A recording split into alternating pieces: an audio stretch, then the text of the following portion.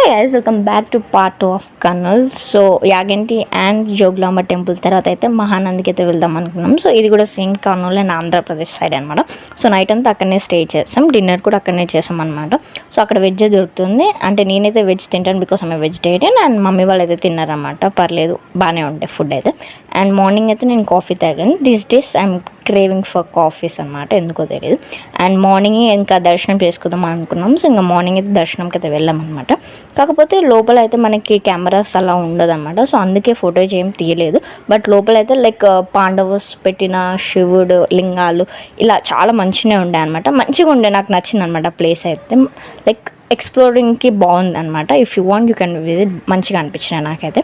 So దాని తర్వాత బ్రేక్ఫాస్ట్కి వచ్చాం. నేను యాక్చువల్లీ తినాలి అని అనుకోలేదు బికాస్ ఎందుకో హెవీ అనిపించింది స్టమక్. సో నేను ఇంకా హర్ని షేరింగ్ తీసుకున్నాం అనమాట.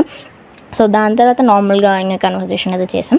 అండ్ దాని తర్వాత ఇంకెక్కడికి విజిట్ చేయలేదు అనమాట బికాస్ ఆల్రెడీ నేను టైర్డ్గా ఉండే అనమాట. సో ఇంకా నా కాలేజ్ కూడా ఫ్యూ డేస్లో స్టార్ట్ అవుతుందని చెప్పేసి ఇంకా ఎక్కువ ఎక్కడికి వెళ్ళలేదు.